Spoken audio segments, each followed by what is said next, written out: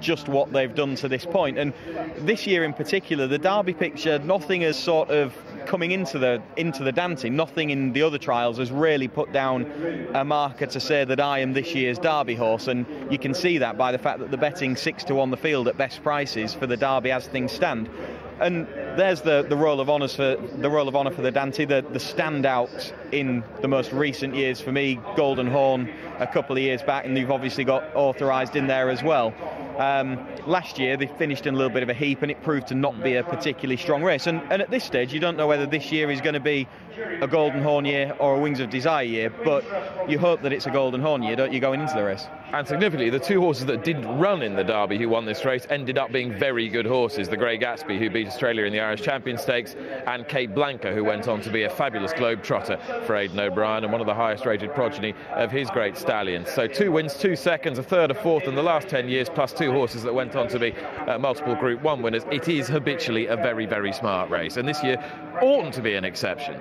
No, it shouldn't. Again, we've got a lot of horses in there that have got that sort of potential, and as you can see from that list, it is a very good Derby trial. Even without the winners, there's lots of horses that go on and run well in it. The favourite for the race this time round, Ben Battle, he'd be one that if he won the Dante, it obviously depends the manner in which they win it, but I think quite a few of the horses in the race this afternoon, 10 furlongs is going to be the top end of their stamina requirements for me, rather than stretching out to the Derby trip, and Ben Battle would be one of those. You feel that way about him. Let's have a look at Ben Battle. He was third in the Craven Stakes behind Eminence. It's quite hard to know how strong that form is in and of itself, just on the basis of Eminence 6th in the Guineas. Yeah, the time was very good, so that would give you hope that at some point it might well prove to be a really good piece of form, because the time was fast, and that is a good point. And I suppose the thing is, when a horse is backing up relatively quickly, you don't have that long between the Craven and the Guineas, so you take a look at Eminent, for example, and to run a time as good as he did can take a little bit out of a horse, particularly on its first run back, and so he may have recoiled a little bit and not quite matched it, and he will do next time. Obviously, Ben Battle has had a little bit longer to get over it. He's going up in trip. The worry for me with him is whether he settles, because he was too keen, wasn't he at Newmarket? He was, so he needs to switch off today in the hands of Pat Cosgrave, who rode the Lingfield Derby trial winner for these connections just a few days ago. Now, the buzz horse, we all know, has been Crystal Ocean, unless you've been on the moon for the last 2 weeks. Apparently very well back for the Derby, though Sir Michael Stout can't figure it out. He says he might not even be a Derby horse this year. And if that's the case, then we just have to treat this with a little bit of caution, this supposed gamble, and judge him on what he's achieved so far and how likely he is to win today's race. Yeah, very impressive here at Nottingham, and the horse that he beat, So Cool, has come out and won a Nottingham maiden himself since. It's about visual impression and pedigree over solid form ratings with this horse, but that is often the case with these very good horses early on in their career. And I liked the quote from Sir Michael Stout: how many tenors does it take to make a gamble? He managed to nail it in one sentence. He managed to nail the absurdity of the story. Everybody else had been trying to for 2 weeks, and he just did it in one sentence. Yeah, pricked the bubble. Hopefully he didn't have to I hope that it just sort of, that's what he came up with and he hadn't thought about it, because if he did, it's brilliant. But this is a horse with a very, very good pedigree, as I said, and it's a large chunk of his potential is in the pedigree and the way that he won here. Now, my brother was working at Nottingham that day, and he said beforehand he was green and coltish in the paddock, but very professional during the race. So it'd be interesting to see what he's like in the paddock beforehand today. Yeah, because this will be a more difficult atmosphere for him to encounter, but he's got that lovely pedigree, represents the right connections, and it'll be really interesting to see how he gets on this afternoon. Crystal Ocean. Now, Godolphin are incredibly well represented in this. You might say too well represented, given how many trials they've been, but they've got Ben Battle, they've got Swiss Storm for David Ellsworth, Syphax for Kevin Ryan, and also Wolf Country. We'll look at the last named of those, Chris, and again, ask you on limited evidence what you make of him as a talent so far. I think he's really, really promising, is Wolf Country. This is his win at Saint-Cloud on his most recent start when he was up into listed company on the back of a really impressive win at Yarmouth at the back end of last year. This is over 1.5 miles. He's coming back down in trip today, so he's one that if he goes and wins well today, you would have absolutely no bother whatsoever about him staying the Derby trip, because he's already done it.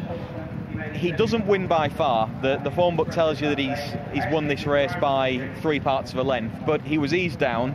as you'll see in a moment, and he was value for plenty extra over than the 3/4 of a length that the form book says. I liked the display. I think he's a horse that still has lots of potential to improve. He's going to need to improve, but starts in, each run has got better as he's gone along, and I don't think we've seen the full extent of his ability so far. It's by Dubawi. Godolphin could use a good Dubawi of their own. There have been many brilliant top-class international Dubawis. He's a wonderful stallion, but they could use one of their own in the Royal Blue that really takes itself to the next level. And this horse has got a bit more precocity than some by the sire. Yeah, he has. And the thing I like about him, with a view to the Dante onto the Derby, is the fact that he's got the proven stamina.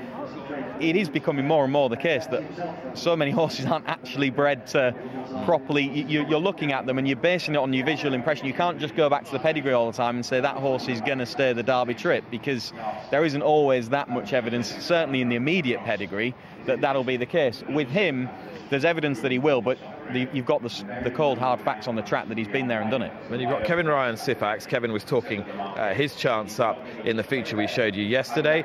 And David Ellsworth's Swiss Storm, the horse that everybody's forgotten about, but who was very excited about during the winter. And two very different horses. Swiss Storm, he's all about speed. I've got a doubt about him staying this afternoon. He's from a very fast family. He's by Frankel, who, yes, Frankel stayed 10 furlongs well, probably would have stayed a mile and a half, but he's a fast horse. And the damn side of that pedigree is all about speed. Now, the way that he saw his race out as a juvenile, you would say, well, perhaps worth a try. But I think that there will be stouter stayers than him personally. The other horse there, Syphax, he's a completely different type. He's got a bit of a lazy streak for me. He hasn't really travelled through his races. Now, you can maybe call it greenness. He was very green on his debut. That was still lingering next time, but it was the case again last time, and you just start to think, is that laziness rather than greenness when it goes on to the extent that it has done?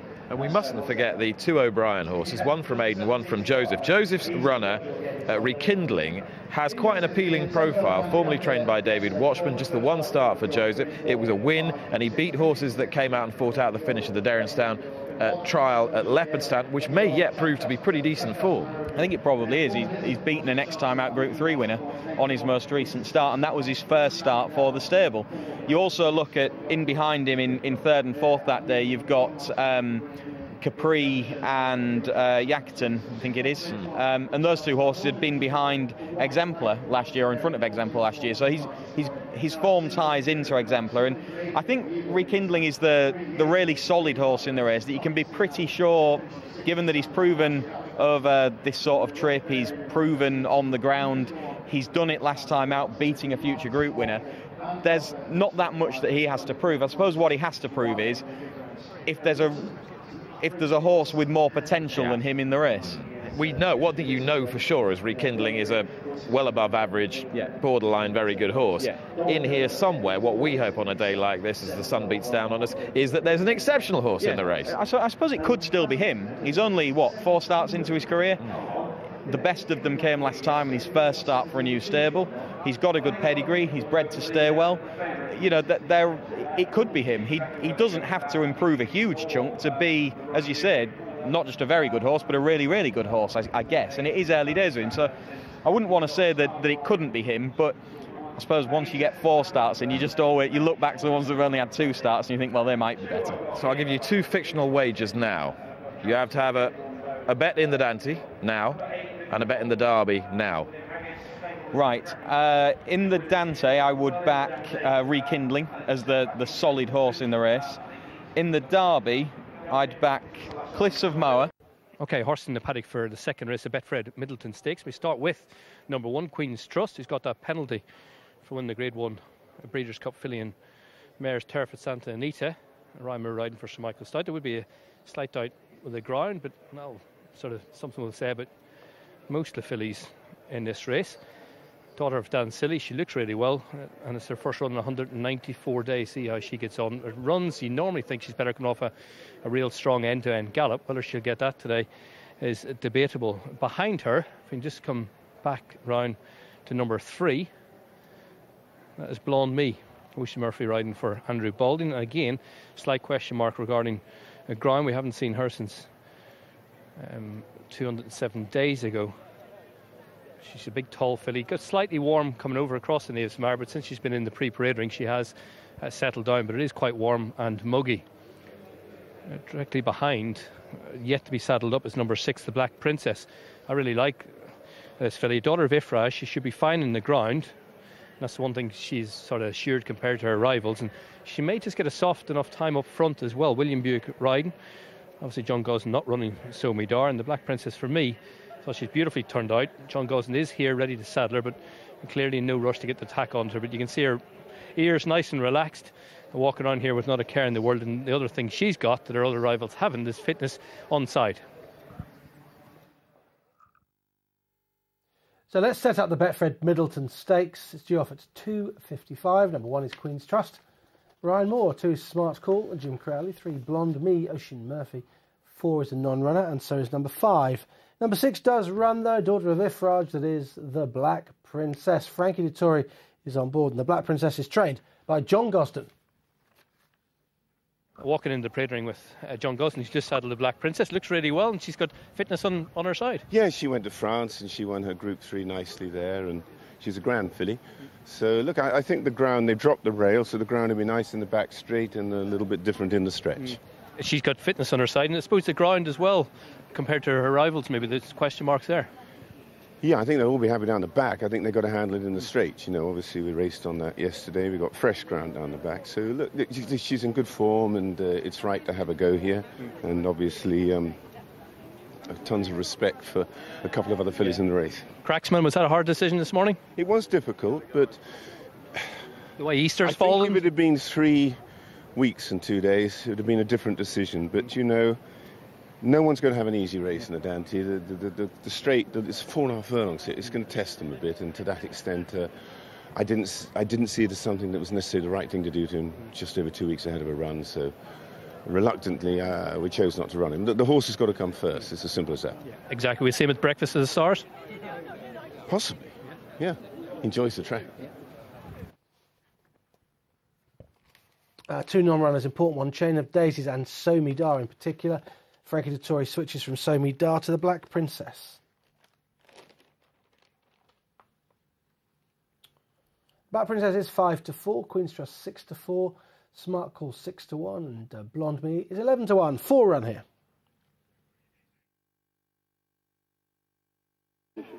Runners go down to start for the Betfred at Middleton Stakes. A small field. If we can pick up Smart Call, I think it'll be first one back in the hands of Jim Crowley. She went down to start a little bit before the rest. Can be a little bit keen in her races.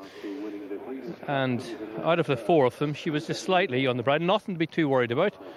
Her stable companion Queen's Trust was at the other end, taken down last and very gently by Ryan Moore. Here comes Smart Call. It's a good South African form. Jim Crowley, champion jockey, on board and going down nice and relaxed. Say there are only 4 runners. Despite the big crowd, there's still plenty going on here, but Jim just taking her down in front of the remainder. Back round. The next one will be Blonde Me. Ocean Murphy on board. If we just get a shot of the favourite on the left-hand side, she's just napping Queen's Trust. She just wanted to join her friends when she came down, so Reimer's actually done just bringing her back. As number 6, the Black Princess, came down William Buick, and so the favourite just sort of jammed on, planted herself momentarily, and Reimer, rather than get in a fight with her, has just spun round and is going to trot her back round, and sort of prevention is better than cure. She was seeing her mates who'd spun round and headed round to the 10 furlong start, and she wanted to go with him, so rather than keep going down, he's just nice and calmly just patting her neck, reassuring her everything's okay. And while it's not ideal, she's by no means getting worked up at all. A good bit of horsemanship really by Ryan Moore. Rather than getting a stew in a fight with her, he's just going to get her back on turf there and lob away nice and quietly. So that's 4 of them, going down a little bit indifferently. Smart Call in front, quite keen, and Queen's Trust at last of all. So that's the runners on the way down for the Middleton Stakes. Race 2 here at York. Even without Chain of Daisies and So Me Dar, this quartet give this race an exotic international feel. 10.5 furlongs for this very valuable Group 2, the Betfred Middleton Stakes. And there is Frankie de Torre on the Black Princess. William Buick was due to ride. Frankie was going to ride So Me Dar, but he gets on the Geffen horse, the Black Princess, who has scope and potential to improve quite significantly this time round. Yeah, still early days in her career. She's only 6 starts in, and 2 potentially significant points about the race. One, she made the running last time out, made all of the running, seemed well served by those tactics, relaxed in front, and has the potential for an easy lead here with Chain of Daisies, a non-runner. And secondly, much depends on Smart Call, I suppose, who has led previously when in South Africa, but it's hard to know really. And the other factor, the perhaps more significant one in many ways, is the fact that she's the only one in the race that is race fit on ground that is on the easy side of good. The ground is drying all the time now, good to soft predominantly, and the jockey's saying that after the first race it was just the easy side of good. It really did get quite testing toward the end of yesterday. The quartet for the Group 2 Middleton. Here's Mike Casimir. Yes, and the last one in is the Black Princess. Frankie de Torre taking over now. 4 runners set to go here. And they're off for the Group 2 Betfred Middleton Stakes. And immediately Frankie de Torre sends the Black Princess to the front, taking a pull Blonde Me on the inside of Queen's Trust. Queen's Trust in the white face, just shading Blonde Me for second. And settling at the back, or trying to settle at the back, is the ex-South African trained Smart Call in the hands of Jim Crowley in the black and yellow colours. As Frankie sets the fractions, he's keeping it together though in front, the Black Princess. A bit keen to go a bit faster perhaps. She leads by 2 lengths. Queen's Trust 1.5 lengths ahead of Blonde Me in the grey jacket in 3rd place, and Smart Call on her British debut today is in 4th, about 5 lengths behind the Black Princess as they leave the 7 furlong marker behind them. Doing plenty in front, the Black Princess, but that's her way. She likes to make use of her front running abilities, and she's now leading the field by 3 lengths as they race down the side of the course, with Queen's Trust and Ryan Moore in 2nd place. Blonde Me 2 lengths behind her, and 2.5 back then to Smart Call. So they're about to turn into the home straight. When they do so, they'll have 4.5 furlongs left to cover here in the Betfred Middleton Stakes. And Frankie's still the leader on the Black Princess. Queen's Trust getting a little bit closer now. Runners tend to stick towards the far side.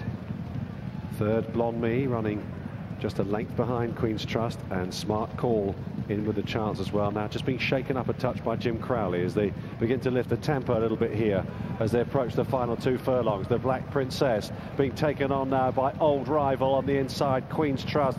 Blonde Me's running a big one on the outside. Smart Call hasn't picked them up yet. They've still got over a furlong left to go here. It looks as though at the moment that the leader, Black Princess, is under maximum drive from Frankie. Queen's Trust on the inside of big danger. Blonde Me is thrusting at both of them on the outside. Could this be a real shock? It is going to be a shock. Blonde Me wins the Middleton in the colours of Barbara Keller for Andrew Balding and Oisin Murphy. Black Princess was 2nd. Smart Call got up for 3rd. Queen's Trust 4th. Well, well, well, the outsider of the party has won. Blonde Me, well placed here to take this Group 2 by Andrew Balding. 11-1 she's obliged in the hands of Oisin Murphy, a man who's been in the news this week, but he hits the headlines for all the right reasons today with victory in this prestigious contest. A really intriguing race, a difficult one to assess.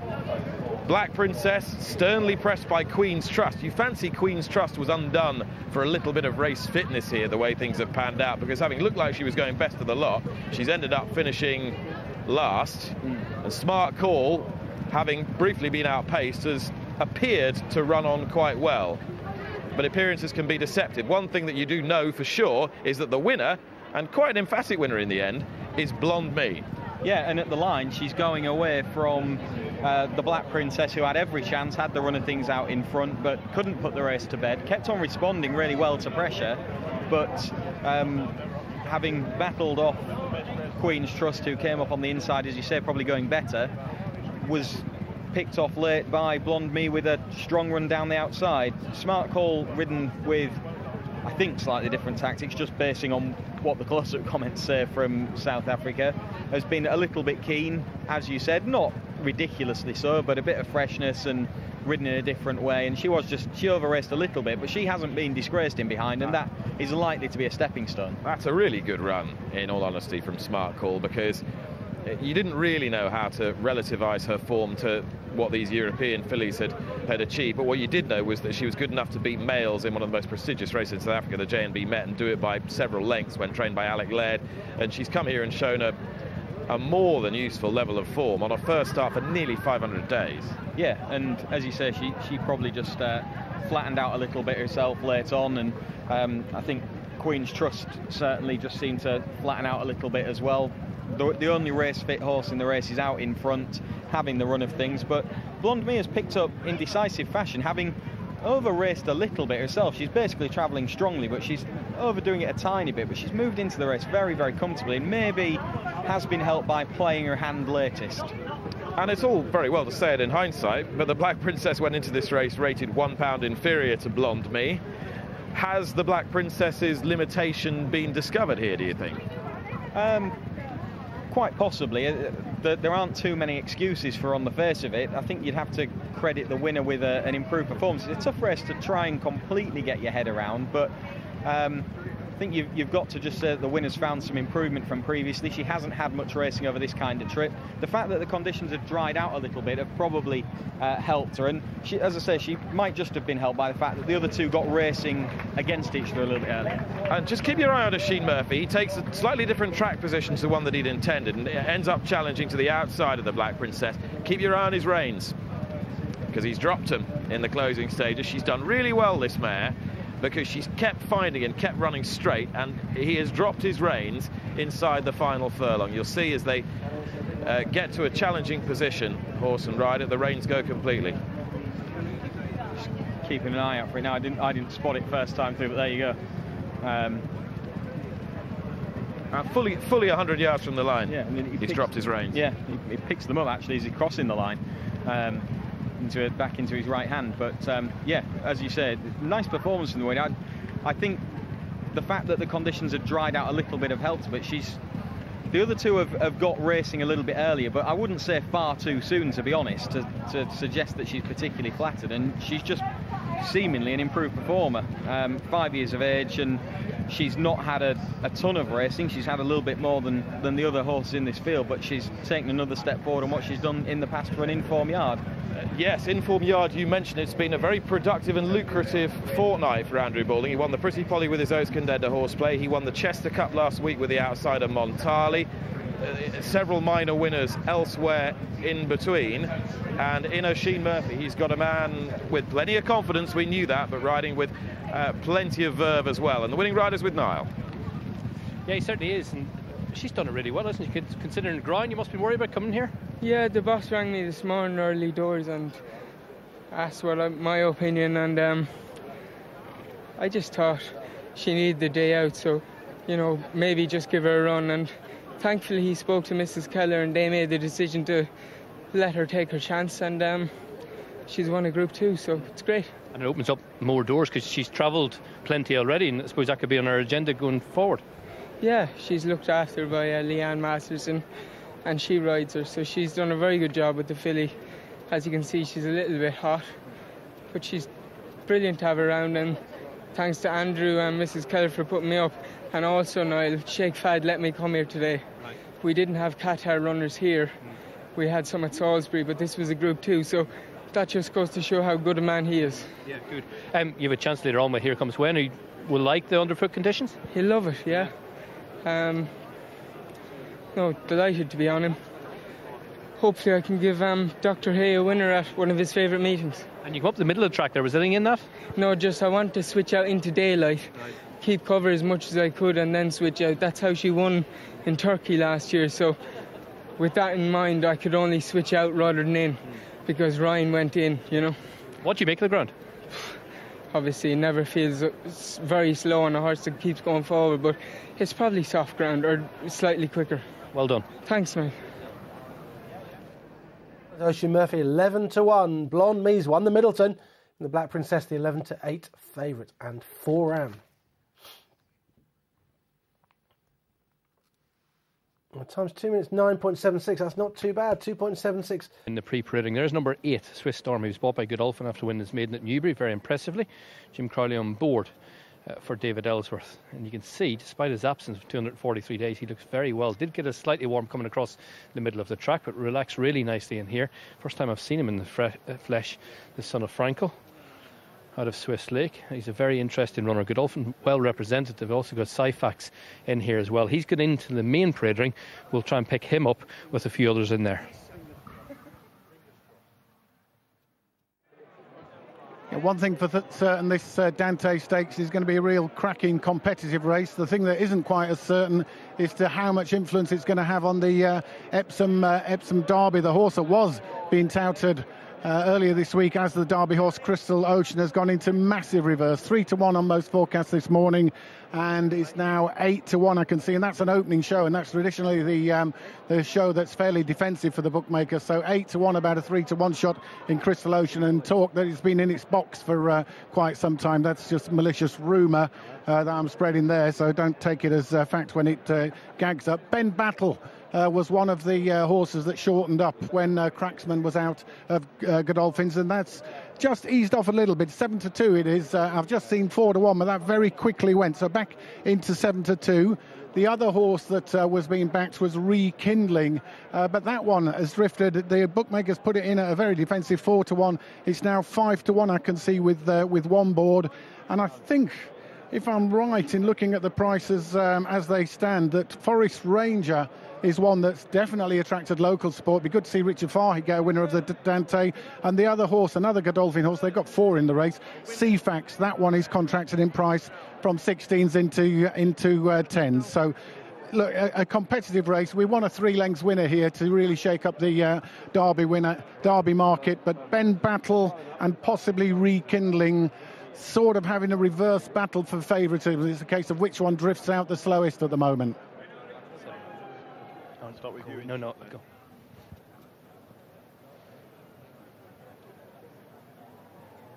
The runners in the paddock for the Betfred, Dante. Coming towards us is number 7, Pearman, who probably could have done with the overnight rain materialising, but it is what it is. He's comes here from Franny Norton on board. He gave him quite a cute ride at Epsom when Cracksman run him down late doors. Cracksman is out today. He could well be a pace angle, but there is a slight worry about the ground with him. In behind is Exemplar, only represented for Ballydoyle. We haven't seen him since finishing a good third in the Betrfed last year. Up and Trip, the son of Galileo. And you can see he's getting slightly warm in behind his back legs, but it is warm, it is quite muggy, but he is very relaxed in saying that as Exemplar. If we swing back round again, number 10 is Nick Syphax, who was successful this track last August when winning the Acom, and afterwards been bought by Godolphin. Jamie Spencer was on board that day and once again takes the ride, and he's had the benefit of a run. He was second behind Forest Ranger on Good Friday at Newcastle in the all-weather. If we swing back round again, leave that, number 6 is the second horse here, is Forest Ranger, the horse that beat him. He's the most gorgeous looking horse. I thought he was a paddock pick. He's big, strong, he's really filling his frame this year. And he goes for Richard Fahey and Tony Hambleton. Behind him is number 11, Wolf Country. It could be one of the pace angles. William Buick on board for Charlie Appleby. Horse is coming quick after that. Next is Crystal Ocean, number 4. And then number 8, I want to try and get a shot of number 8. He's not the biggest compared to some of these. Forest Ranger, and directly behind him, number 9, Swiss Storm, has got a lot more size. Rekindling's not the biggest, but is very, very fit.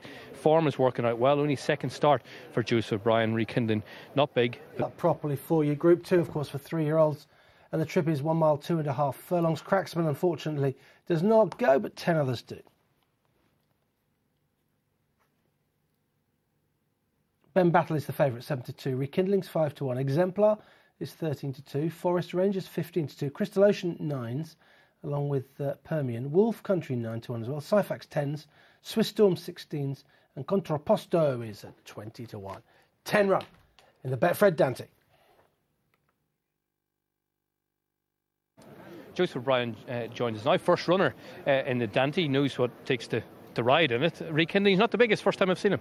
No, he's not. But his form from Leopardstown seems to be holding up fairly well. He's not a horse that burns up the gallops at home. He's laid back and he does what you ask him. So that's a good sign. And we'll learn a lot more about him today. Ground. Yeah, he's won on ground on the slow side. I suppose it's not too bad down around the back. The straight is probably quite slow. So. It's a little bit of an unknown, but he has won on ground on the slow side of good, so it's a little bit of a worry, but not huge. What about Dad's horse, Exemplar?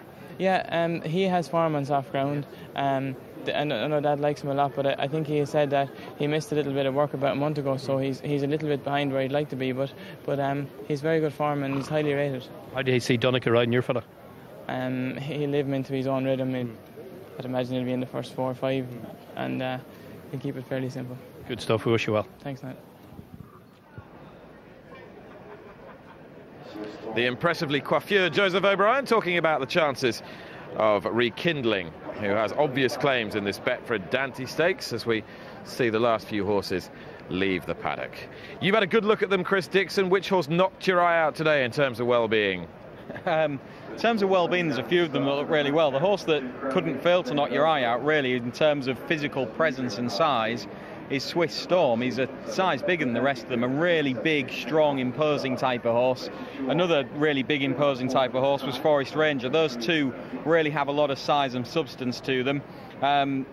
Rekindling lacks a little bit of size. He doesn't have the same kind of scope, and I thought that Exemplar was a well enough made type, but again, not quite as big and scopy as one or two of the others. So I think some of these really big horses that are extremely strong would have been quite weak last year and are probably going to progress quite a lot into the 3-year-old campaigns. Rekindling's in the foreground there. Those are the silks of the legendary Australian owner Lloyd Williams. And when we described him at the beginning of the programme as the safe choice in this race, we were not trying to damn him with faint praise, merely state that he has already achieved a level of form that makes us know that he is at least a patent class performer. Yeah, he's won a Group 3 on his most recent start, beating a horse that went on to win a Group 3 on his next start, and a couple of solid horses in 3rd and 4th that tied into group race form from last season. So I think he is really solid, and he's proven on the ground. We know that the trip won't be a problem for him. He's already won over 10 furlongs. The extra half furlong here won't be a problem for him. So that's the reason that he seems the safe option. He might just lack a little bit of the potential to improve to the extent that some others might, but I still think he will improve. He's got form that ties in quite closely with Exemplar, who's trained by Joseph's father Aidan and is only representative in this race. But this, let's make no bones about it, is a hugely important moment for Godolphin. They're firing 4 bullets here, and they want to fire a few at the Derby. And if they're going to add to their Derby hand, and Best Solution looks their chief Derby hope at this stage, then one of these needs to step forward, be it Ben Battle, Swiss Storm, Syphax or Wolf Country. At this stage, only Ben Battle and Syphax are in the Derby. Yeah, Ben Battle has got a lot of speed about him, I think. He's certainly a horse that's got gears, and for all that, I think there's you can take the view that he, on his pedigree, has damn been a 10 furlong winner by Derby, that he should be getting this trip. He doesn't look short of pace, and he was just too free in the Craven last time out. Now, he is going to have to relax better over this longer trip if he's going to get home, but if he does, I think he's a horse with an immense amount of ability, because he still managed to make a move in the mid part of that race, having been keen, that got him right into the heat of the contest, and then he just seemed to flatten out a little bit late on, as those earlier exertions told, but he's definitely got a lot of ability. Just tying the strands together of this race, we need to tell you that Permian, for example, a winner last time out of the Newmarket Stakes, brings forward the Cracksman Epsom form into this race, even though Cracksman's not here.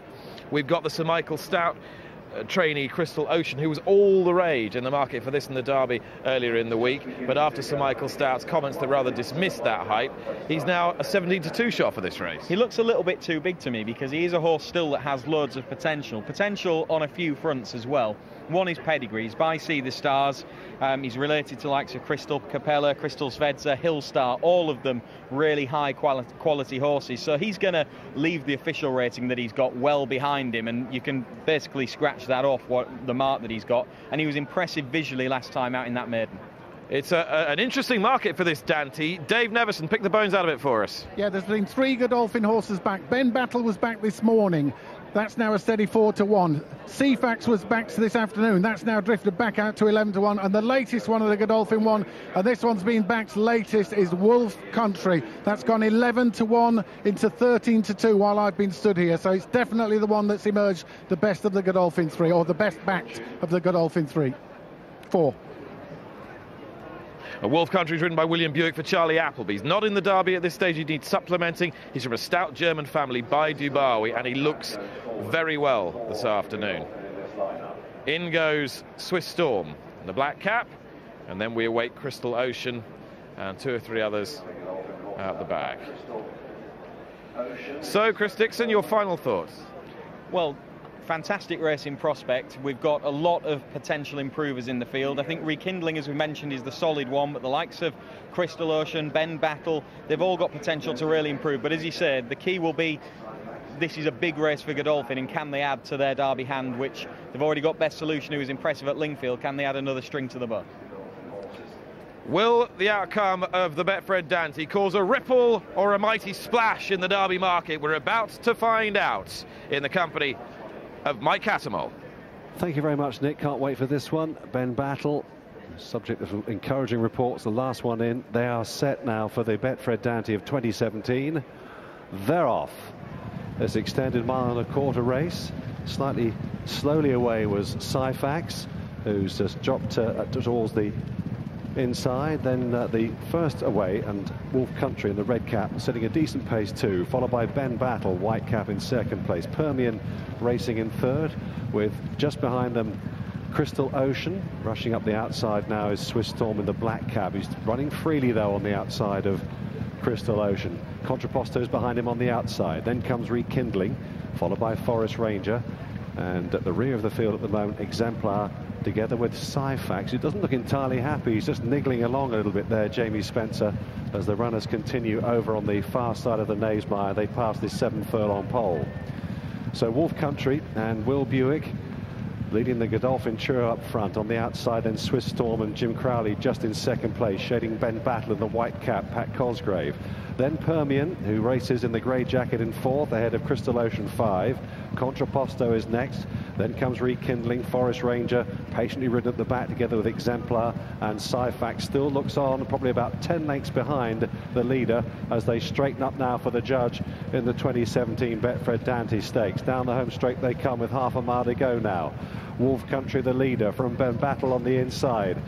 Swiss Storm, black cap on the near side, is close up. Permian up the inside. The grey jacket is next, followed then by Crystal Ocean in 5th place. Rekindling being asked a few questions. Contraposto is under a pump. Forest Ranger is asked as well. Up the inside, Exemplar trying to get into it with Syphax as they race on down towards the final 1/4 mile here.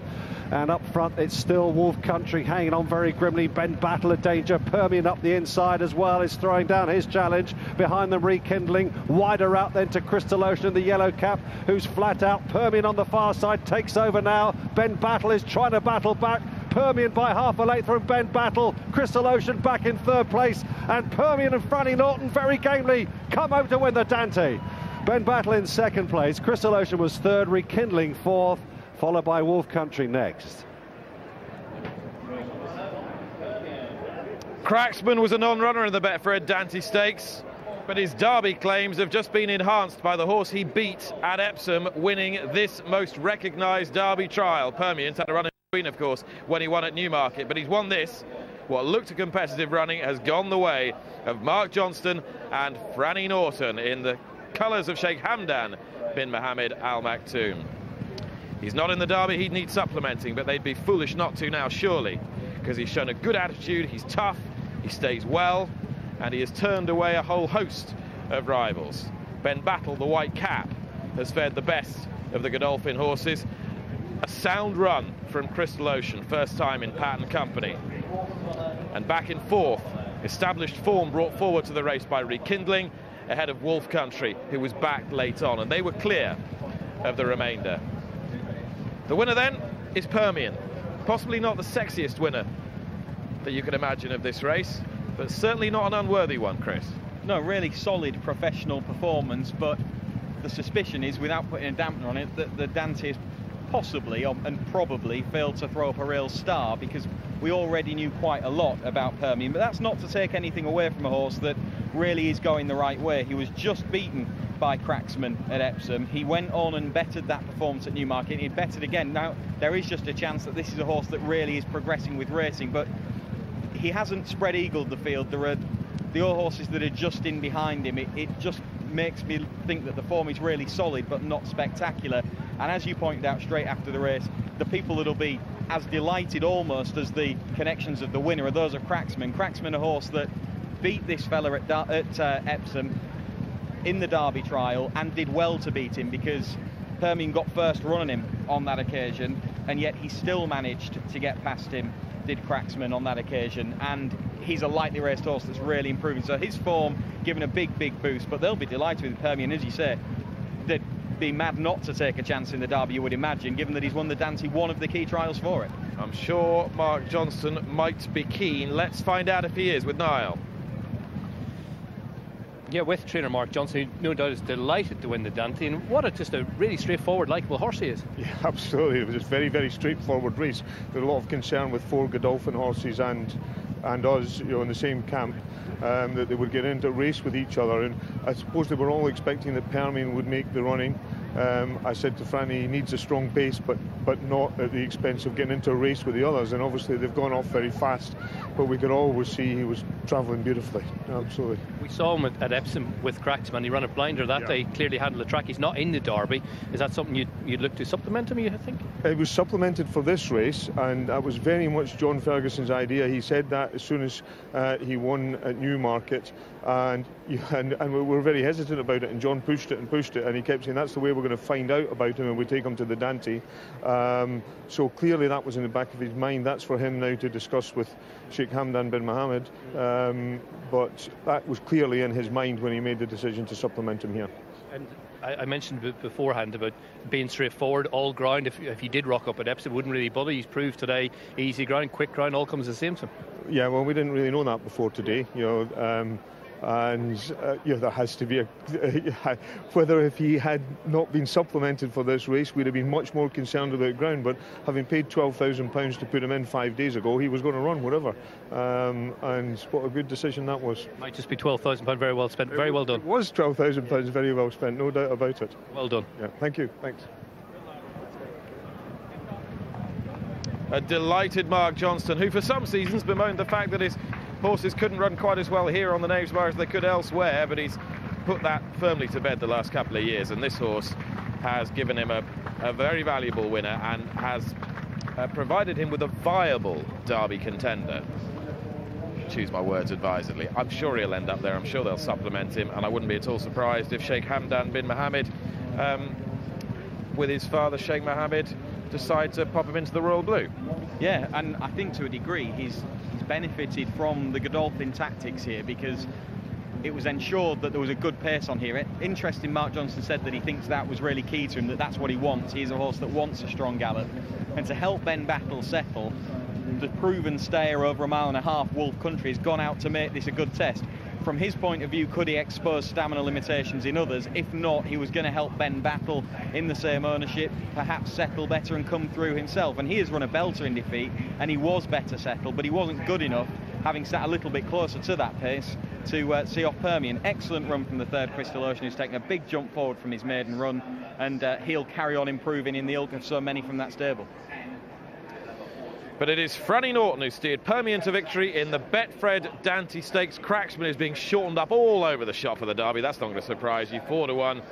I've got 9-2 with Ladbrokes. At the moment, best price 6-1. I've seen Cracksman for the Derby with Paddy Power, who go 12-1. Permian introduced first show for the Derby. Of course, he would need supplementing, but from what you just heard from Mark Johnson, that seems highly likely. Although Royal Blue didn't pass the post in front, those in the Godolphin Darley camp will be satisfied to have got at least one back on their arch rivals. Indeed, Permian at 10-1 has beaten Ben Battle, 4-1 favourite, and Crystal Ocean 8-1 ran really well in third place, and 10 ran. The time's not bad at all. Well, many congratulations to the Mark Johnson team. Permian is the winner of this year's Betfred Dante Stakes, and he was ridden by Frannie Norton. Permian has just won the Betfred Dante, ridden by Frannie Norton. Horse you know well. The race seemed to pan out fairly straightforward. It did, yeah. I was being a little bit smart on him at Epsom. Didn't go much pace, and I had Frankie in a bit of a corner, so I probably went 5 strides too early on him that day, because the last 50 yards he kind of faltered, and I was trying to hold my nerve a bit more today, because I thought just wait for him. I see Patty make his move, and it was my time to go then, and he stuck on really well. I couldn't even pull him up afterwards, all the way down the back, so he ran all the way to the line strong. Were you worried about the ground coming here this morning? He's very versatile, he's Tafilio. I wasn't really worried when I rode on a fist. The ground's not actually too bad. I thought it'd be a lot worse than what it was, but it's actually not too bad, so look, I've got away with it. I was on a fit horse, and a lot of ability. So, you know, let's just see where he heads for now. Derby. What about? You ever rode in the Derby before? I rode in the Donkey Derby. I've won 2 derbies abroad, but listen, it's a nice idea. Obviously, the Eclipse is there as well, the mile and a quarter. What do you think his ideal trip might be? Well, I like him over this trip. You know, I was really comfortable there, and I was on a nice rhythm, and I went through it well. Albeit, you know, he's gone to the line. It wouldn't put me off going a mile and a half, but you know, if he steps into Group 1 company, that just might sort him out a little bit, you know. But look, he's got strength from strength all year, so let's just keep him on a high at the moment. And today's a great prize. Very well done. Well done, thank you. I'm back with Barry Orr, and we've got a horse that won the Dante that's not in the Derby. Now, you're going to tell me it's definitely going to run in the Derby, Barry. The fellow who owns it, I think, has the 85 grand at the cost to supplement him. I don't think that's going to be an issue. It's 14 to 1 now with us. Obviously, he has to be supplemented. It needs to be supplemented, yeah. Top of the market now, Cliffs and Moher, 9 to 2 clear favourite for the Derby on Betfred. It's 6 to 1 bar. You've got 6 to 1 Churchill and 6 to 1 Cracksman. Cracksman's been cut in from 10 to 1 to 6 to 1. Obviously, collateral form there, so it'll be interesting to see. He's going to have to go, it looks like, to the Derby without a prep run at this stage. But it's a fascinating picture. It's muddied the waters somewhat, if anything. Obviously, the Dante. This race always was, because so few of them were actually in the Derby, weren't they? Yeah, I suppose you could say that, I know, but you expect something to come out and maybe, you know, give us a little, shed more light on the Derby. It hasn't happened today anyway, for whatever reason, but the favourite 14 to 1 needs to be supplemented. Of course they'll supplement it. That's not even off for consideration. Be careful where you're going with that one, Barry, after yesterday's mishap. 14 to 1 they'll supplement it, and like I say, the market now headed by Cliffs of Moher at 9 to 2, 6 to 1 Churchill. 6 to 1. So we've got 2 horses at 6 to 1 with Betfair. One, the sentiment is going outwards because they don't think it's going to run. That's Churchill, and obviously Cracksman collateral form is bringing that horse in because it beat Permian, albeit narrowly. I think the difference between the two, given the fact that you say it's definitely going to run, you know, it made Cracksman really work, and he looks like he's improved at Newmarket and here since. Yeah, there was only short head in it in Epsom last day. Yeah, so yeah, and he has improved. He's won twice since, you'd have to say, but there's no end of improvement, I'm sure, in Cracksman as well. We were 7. We pushed him 8 to 10 this morning off the back of him looking to go to Epsom without a prep run. But now after that, we've had to trim him in again to 6 to 1.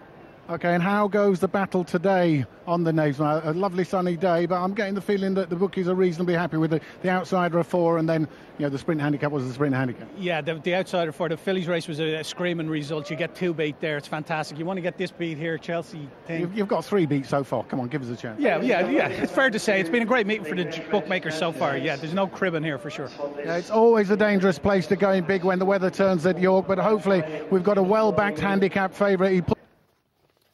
A really good mile listed contest. This non-runners 1, 6 and 13, 17 run.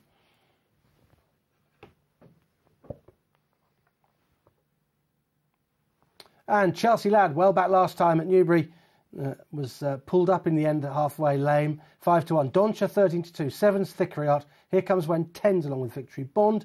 Murad Khan, Another Touch, and Instant Attraction 11's, and bigger the rest. Runners in the paddock for the Hambleton Stakes. We pick up number 10, Donica. Interesting jockey booking here. Pat Smullen on board. Robert Edge hasn't run many horses. I think 2 from 2 in the last fortnight. So horses, small string going very well. And he's beautifully turned out. You can see the quarter marks over his hind quarters. Nice and relaxed. He will come out of stall 8. And as I say, Pat Smullen, a very interesting jockey booking. Back round to the left. We can pick a few of these up. Next one coming into shot is number 11. Murad Khan, who's fresh from a break for Hugo Palmer and William Buick. He's got a little bit of edgy and a little bit warm. Number 11, you can see just underneath his saddlecloth. But he's got decent form in here for a mark of 99. Cote d'Azur is directly behind him. If we can skip on past the number 17, the second of the horses, Homecomings, the daughter of Rip Van Winkle. She just makes appeal because she absolutely loves this track. Seems to excel on the Neves Mare. She will go here for Sammy Jubel and Richard Fahey. Number 12 behind that is Another Touch, Stable Companion. And we flick back round to number 16. It's an interesting horse. He's actually getting warm as well. He's been a big talking horse, Chelsea Lad. Unfortunately, he sort of lost his action and pulled up last time out at Newbury in the competitive race, Spring Cup won by Banksy. He's got 8 stone 8 on his back, and Richard Kingscote on board this afternoon. So there's a look at some of the main protagonists for race 4, the Betfred TV Hambleton Stakes. one of the most competitive handicaps of the season here at York, the Hambleton. But punters latching on to one that owes them a lot of money in this Chelsea lad. He's 5-1 clear favourite here. Pulled up lame last time out, but reported to be completely over that. And he's just been rock solid all day. The other horse is Thicriat, and as a more 4-year-old, very typical Hamdan Sir Michael Stout horse. That's, well, just only holding its price at 13-2. And the other one is the horse that several of us have fallen off a cliff. I must declare an interest that I've given up on Donica. He can definitely win, and Pat Smullen booked, and plenty of punters backing him to win. I know he's a favourite of Angus McNay's Donica, but look, a few of us have got burnt fingers. But they're the three in the market, really. But Chelsea Lad bids to recover punters' money from Newbury, and they're making him 5-1 favourite to do so. Back here in the Prating for the next race, catch up with our old friend Freddie Talicki, who we know jockeys are shocking judges. So are you going to give us a loser? Absolutely. Well, I'm here with Mr. Fahy, who was very... Call him Richard now, you're not riding anymore, you have to be nice to him. That's true as well, yeah, so he was very good to me for a lot of years. So I'm delighted to be here on the Naesmire. Richard's got a couple in here today, so hopefully they'll do business. Another touch should run well. Homecomings loves this track. Exactly, so look, two horses with two good chances, but you know what it's like. The May meeting here is very, very competitive, and the Southern horses are very strong, so hoping for a good run anyways. Track you've got fond memories of. You won the John Smith's Cup here, if memory serves. Exactly, yeah, that was back in the day, £7 claimer, so yeah, listen, York is a beautiful track, best track up north, and yeah, delighted to be part of it. I was going to say, you're keeping in touch, you're doing the article in the Racing Post, are you enjoying that? Absolutely, a big thank you to the Racing Post. I'm sort of approaching racing from a different angle now, so please bear with me. It'll probably take another 2 or 3 bits and I'll get the hang of it then, you know. I've been doing it longer this side of it and I'm still rubbish, so don't worry about it. Well, that's true, so. Good to see you, good to catch up. Thank you very much, cheers. Great to hear from Freddie Talicki, in very good humour conversation with Niall. And the horse in the foreground there is the favourite for what looks a brutally competitive race. That is Chelsea Lad. Now, what happened at Newbury last time? Well, Ryan Moore thought he heard a crack as the stalls opened. And then he thought everything was okay. And then at halfway, he wasn't sure, so he sensibly pulled him up. As things transpired, he's fine. But with his history, it was a sensible decision. Today, what's Richard Kingscote going to do from stall 1, Chris? I would imagine that he'll just look to get a little bit of cover in the early part of the race, but not get shuffled too far back.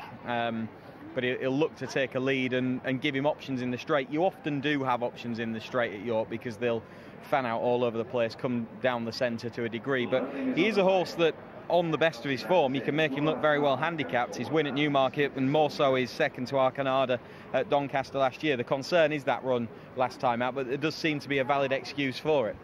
Right, Chris, where did you go with this? What did you back? Because we've not got much time. Well, I think Chelsea Lad is interesting. He's at one of a few potentially well-handicapped horses in here. Thicriat is already a proven group horse, but he's got the mark to go with it, 109. He could still rate higher, and he's definitely interesting. The horse I like most in many ways was Murad Khan, but he's really boiled over in the prelims, hasn't he?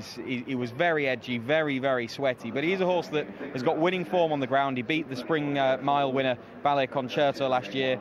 He was below form on his final start, but the yard can get them ready first time out. The worry really was his pre-race demeanour. I kind of went off him. Yeah. A horse I liked in the paddock was Victory Bond, and I think he's got potential to improve as well. Well, he's a belting-looking horse, Victory Bond. Really good-looking horse. He won very easily at Ripon for his sole win so far. Before that, he'd finished second to Algometer, a future group winner, on his racecourse debut. Hasn't quite gone on from that, but he did run in a Dante on his third start and another group race over in France after that. He's been off a while, but he did look in really good shape, and just a really nice type. Whatever he does today, you would expect him to improve upon in time, and physically he was the one that impressed most in the field. I backed a couple. I backed Murad Khan before I saw how warm he'd got, and I backed White Lake.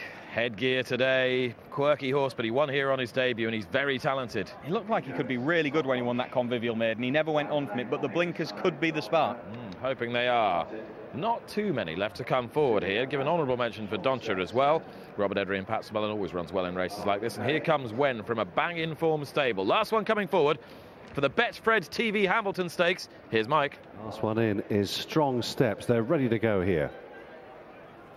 They're off. Away they go. A mile for the Betfred TV Hambleton Handicap. Côte d'Azur quickly into stride. So too Havre de Paix across the outside there. Looking across, Get Knotted just tucking in too. Murad Khan on the inside rail is under restraint, but is very prominent together with Instant Attraction in the red jacket. Here comes Wen on the outside. Oisin Murphy looking to anchor that one as Havre de Paix goes by. Racing in 6th place then is Chelsea Lad with Get Knotted on the outside. Victory Bond is next. They're followed then by Strong Steps on the inside with another touch on his outside. Top Notch Tonto racing 3 deep. Bravery out towards the back with Thick Priat. So too is Glory Awaits Donica. And at the back of the field, Homecomings whips them in as they turn down towards the home straight and approaching the halfway point in the Betfred TV Hambleton Handicap. Côte d'Azur and Instant Attraction 1 and 2 from Murad Khan just shaken up on the inside, followed by Chelsea Lad, the favourite, the white cap, the blue sleeves on the inner.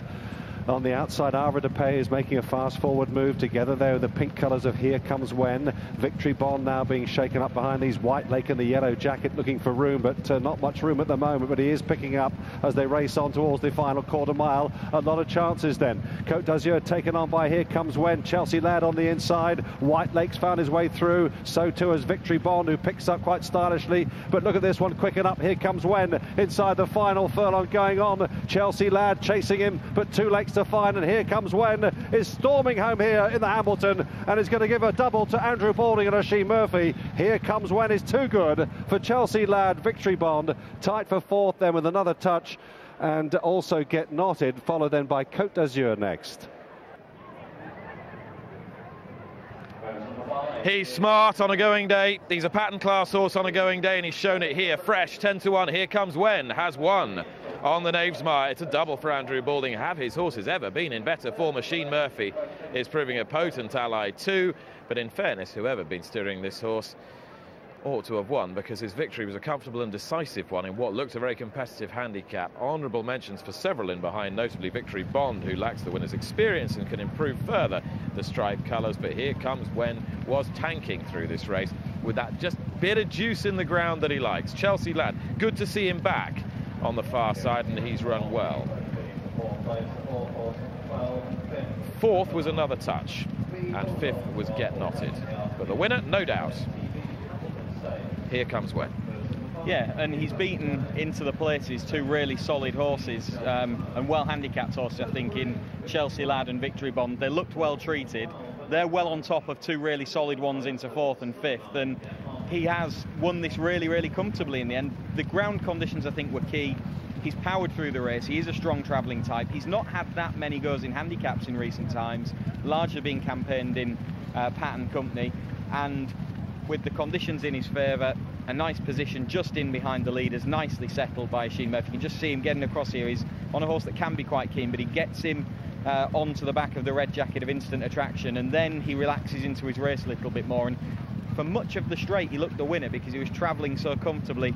The first 3 home have come from a little bit of a similar position in the run, haven't they? The kind of 5th, 6th, 7th in that spot, just in behind the chasing pack. And I think they have been in the ideal position, but they were the 3 best handicapped horses in the race today, I think.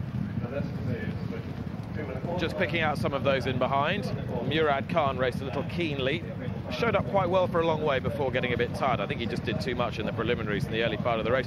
White Lake, I was getting quite excited at one point as he sided his way through, but he didn't find much as looked likely. And just track the Bloomsbury stud colours, the purple and white with the black cap. That's Victory Bond, just having to be pulled out for a run here by Pat Cosgrave. He's run really well. Yeah, he just seemed to lack the gears of some of them when the pace was quickening. He didn't go quite as comfortably, but he does respond really well. In direct contrast to that, White Lake travelled more comfortably. It didn't find anywhere near as much with the headgear on. Murad Khan, he was a spent force inside the final furlong. He'd run his race before he got into the race, to be honest. He'd blown his chance in the paddock. Get Knotted, he keeps on with Another Touch. They're 2 really solid horses in 4th and 5th. He travelled well. I think both of those are probably just pretty much summed up by the handicapper, and they were just beaten by better handicapped horses, but they're in form. I think Another Touch might have finished a length or so closer if the ground had been better.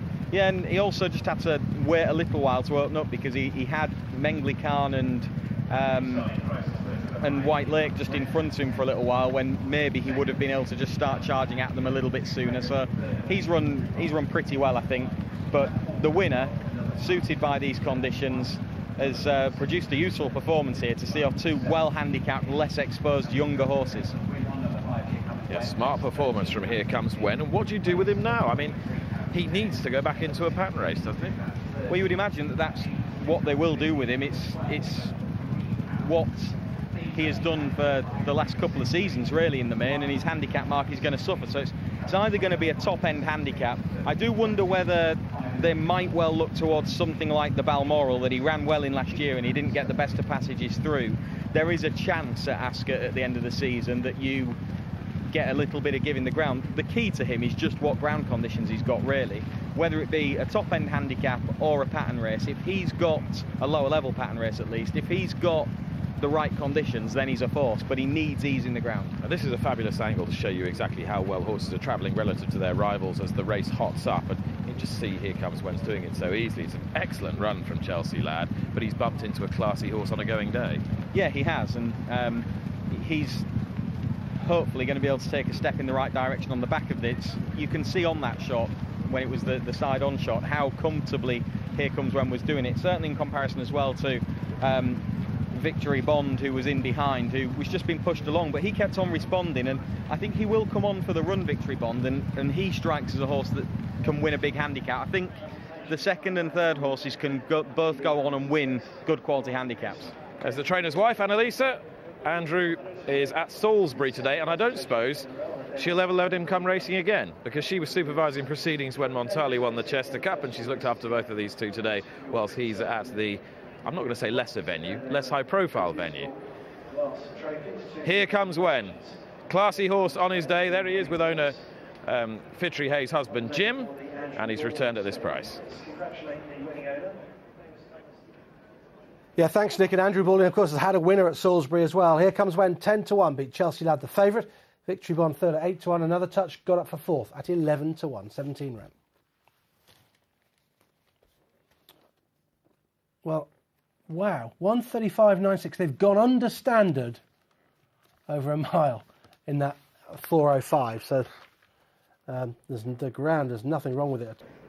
York, we've got listed sprint coming up, 5 furlongs. Non-runners 1, 4 and 8, 5 run. Brian the Snails 10-11, 3-1 Our Dad, Jumeirah Bridge is 5s, 9-1 Killang Rock and Fashion Queen 20s.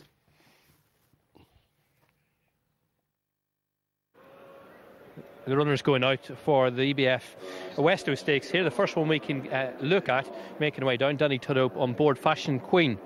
We haven't seen her since she was 5th in the Lowther the last time out, 273 days ago. Danny was keen to get on her quickly and get her out. She's slightly on her toes. Danny doing his minimum weight ready of 8 stone 11. She's gone down in second because Killang Rock went down a few minutes ago, way ahead of the rest of them. Next one we can pick up, you'll see in Godolphin colours, is the odds-on favourite. Number 3, Brian the Snail, William Bugh riding for Richard Fye. We heard from Richard, this horse who seems very uncomplicated, seems very talented, got a BHA rating of 102.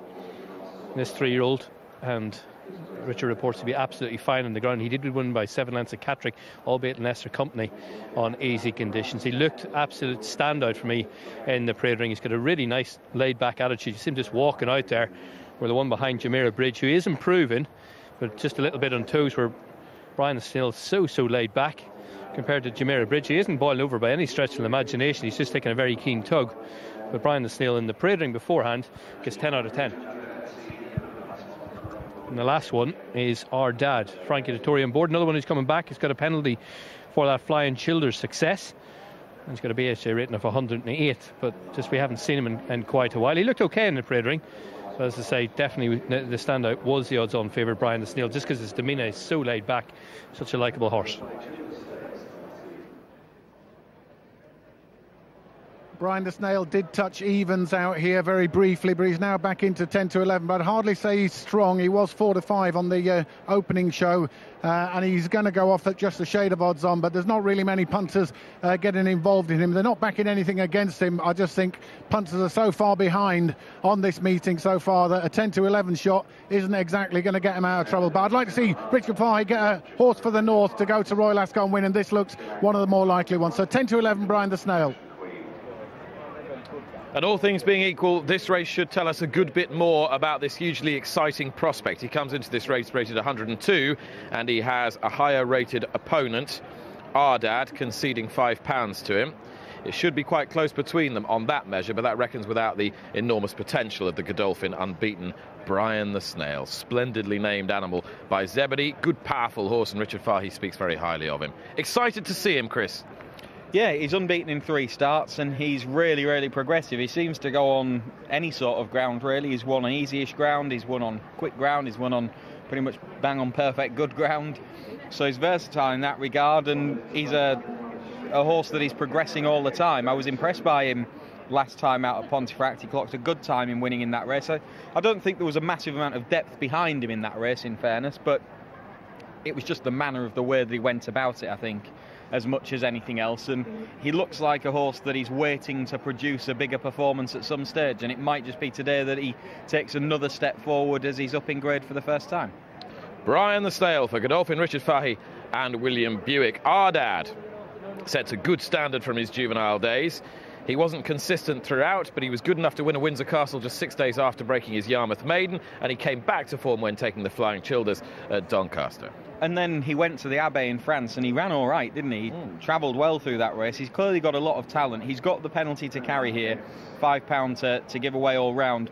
And he had a reasonable amount of racing at 2, and he was an early season 2-year-old. And you just always wonder, particularly with the son of Kodiak as well, whether they will carry on that progress into the 3-year-old campaign. He might well be able to match the form, but in this race he might have to better it if Brian the Snail continues his progress. In any ordinary renewal of this race, you'd fancy Jumeirah Bridge. He's certainly on the upgrade. Yeah, I was really impressed with him last time out at Sandown. I think he's got more to come, but he's going to need a lot more if Brian the Snail runs his race. But I like him. I think he's progressive. I like the way that he goes through his races. He'd ideally maybe want a slightly bigger field and a bit of cover.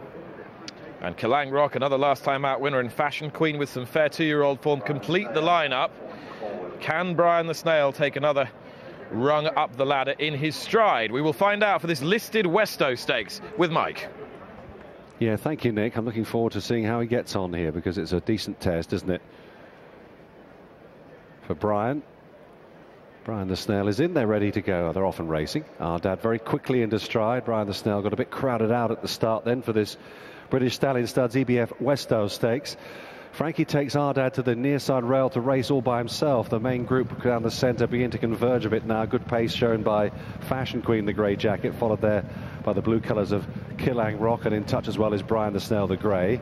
Just tracking them, Jumeirah Bridge, and travelling comfortably enough as well in the yellow colours as they race on at pace past the halfway point.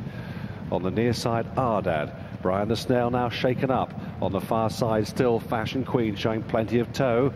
Getting into the race now is Jumeirah Bridge between horses on the wide outside. Don't rule out Killang Rock either. In fact, it's between Killang Rock now and Fashion Queen as they begin to settle down to fight this out. Their favourites are really disappointing here. Brian the Snail's dropped right out of it. On the far side, Killang Rock. On the near side, Fashion Queen. Killang Rock, Fashion Queen thrusting back. Fashion Queen has got back up to beat Killang Rock, and they pulled about 8 lengths clear of Jumeirah Bridge. 2 good performances. Ardad disappointed in 4th, likewise Brian the Snail.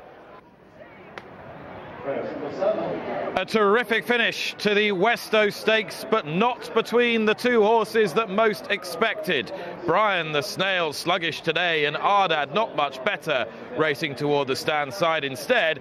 Fashion Queen, lightly raced unexposed, has taken a big step forward and has beaten the in-form Killang Rock, rallying late on, so to do. It's another winner here on the Knavesmire for David O'Mara, from whom we shall hear shortly, but she always impressed with the way she was travelling. First and second powered through the race, didn't he? Whether there's something in where they raced, it's hard to say for sure. I think there is something, but they have pulled a long way clear, haven't they? And they were the 2 horses that travelled best. The thing that I like about the winner is that she's been headed. She's gone at least a half length down, but she has really fought back against the race fit and in form last time out winner Killang Rock. Killang Rock just edged his way further towards